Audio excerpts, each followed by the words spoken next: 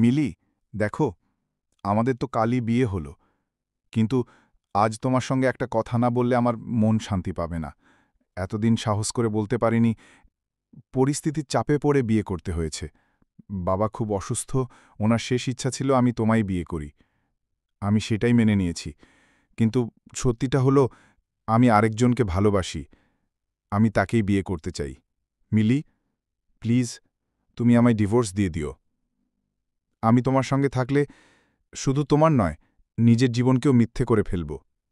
ক্ষমা করে দিও মিলি। কি বলছো তুমি? এই সব সবেমাত্র তো আমাদের বিয়ে হয়েছে, আর আজই তুমি এসব কথা বলছো?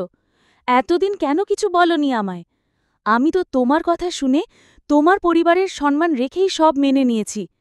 তুমি যদি আগেই বলতে, আমি তোমার বাড়ির লোকজনকে বোঝাতাম, চেষ্টা করতাম পরিস্থিতি সামলাতে। কিন্তু এখন তো আমার জীবনটাই নষ্ট হয়ে গেল। তোমরা কি শুধু এই কারণেই আমার সঙ্গে এমন করলে? কারণ আমার বাবা মা নেই, আমার পাশে দাঁড়ানোর মতো কেউ নেই, তাই তোমরা যখন খুশি তখন আমার জীবন নিয়ে খেলবে? আমি কি মানুষ না?